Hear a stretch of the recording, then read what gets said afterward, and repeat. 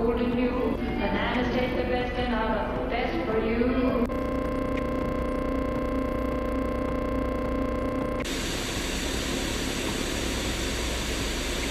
A stunning verdict in a South Florida federal court. They also left many people helpless. There was a lot of orphans, a lot of widows. And the truth is that there was a lot of poverty, a lot of hunger. Bananas with blood on them. The iconic Chiquita Fruit Company's chilling ties to terrorism are being exposed for the world to see. How far did the fruit company go to protect its profits? And why are they now attempting to escape accountability? It's time to expose some hard truths.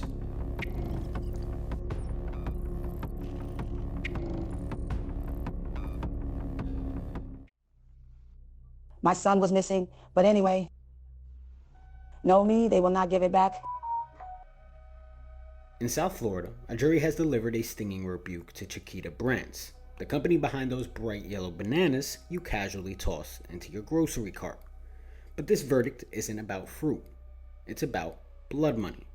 The jury found Chiquita responsible for 8 murders carried out by Colombia's United Self-Defense Forces, or the AUC. Chiquita essentially had a partnership with the paramilitaries, that they voluntarily paid these groups in order to protect Chiquita against left-wing guerrillas and essentially to pacify the operating environment in the banana growing region of Colombia. And here's the financial fallout. $38.3 million in damages awarded to 16 family members of farmers and civilians killed by the AUC. These weren't just any victims, they were people caught in the crossfire of terror, with Chiquita pulling the financial strings. From 1997 to 2004, Chiquita funneled close to $2 million to the State Department designated terrorist organization. Why? To protect their banana plantations in a region teetering on chaos. In turn, they sowed chaos of their own kind. This paramilitary actually killed the plaintiffs or the plaintiffs' families, killed, tortured, or committed extrajudicial killings of the families that were in this particular trial in Florida. Chiquita paid them, in effect, paying for some of the bullets, the guns, etc., and the violence that was occurring in this region. And the third thing was that Chiquita did this not as a normal business practice, but did, and not as extortion, did not do so under duress, but in fact made what the lawyers called a pact with the devil, meaning the AUC. Now this verdict is historic.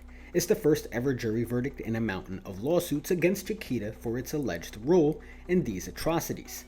The company says it's planning to appeal, but let's not lose sight of the bigger picture. How do you justify cutting checks to terrorists? That's a question Chiquita executives will have to wrestle with, if not in court, then in the court of public opinion.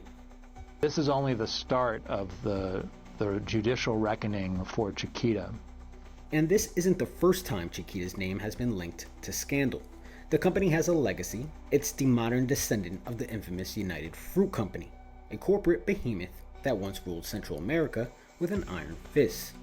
We're talking 2 million acres of land across Guatemala, Honduras, Costa Rica, Belize, and Colombia.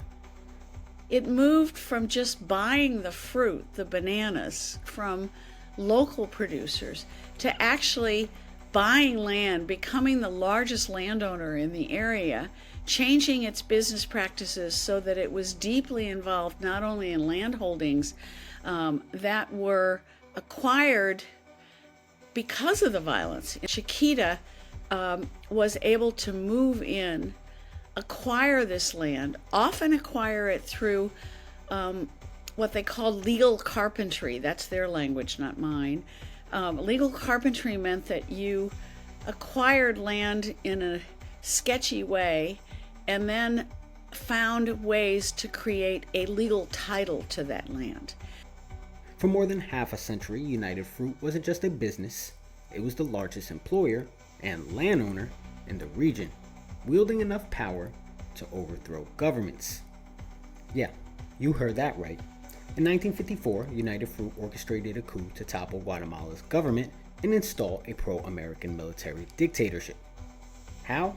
By leveraging ties with the US government, including board members like Secretary of State John Foster Dulles and CIA Director Allen Dulles.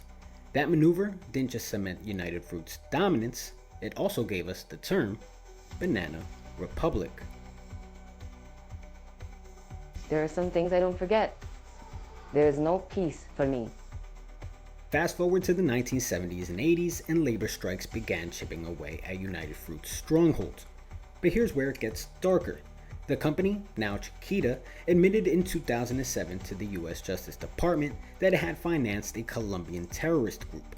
They paid a $25 million fine, but let's be honest, no fine can erase the human cost of their actions.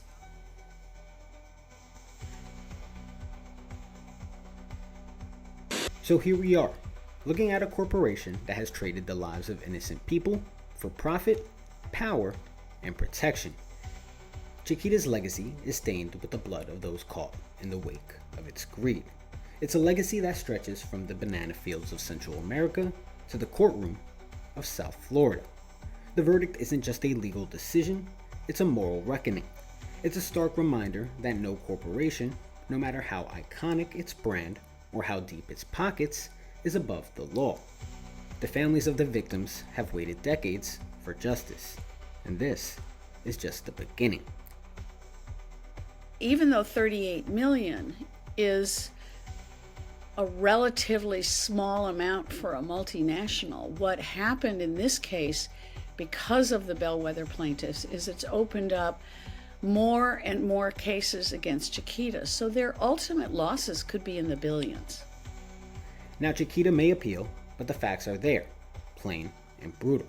Money was exchanged and lives were lost. Now the world is watching as the story unfolds. One thing is clear, the price of doing business in blood will no longer be ignored.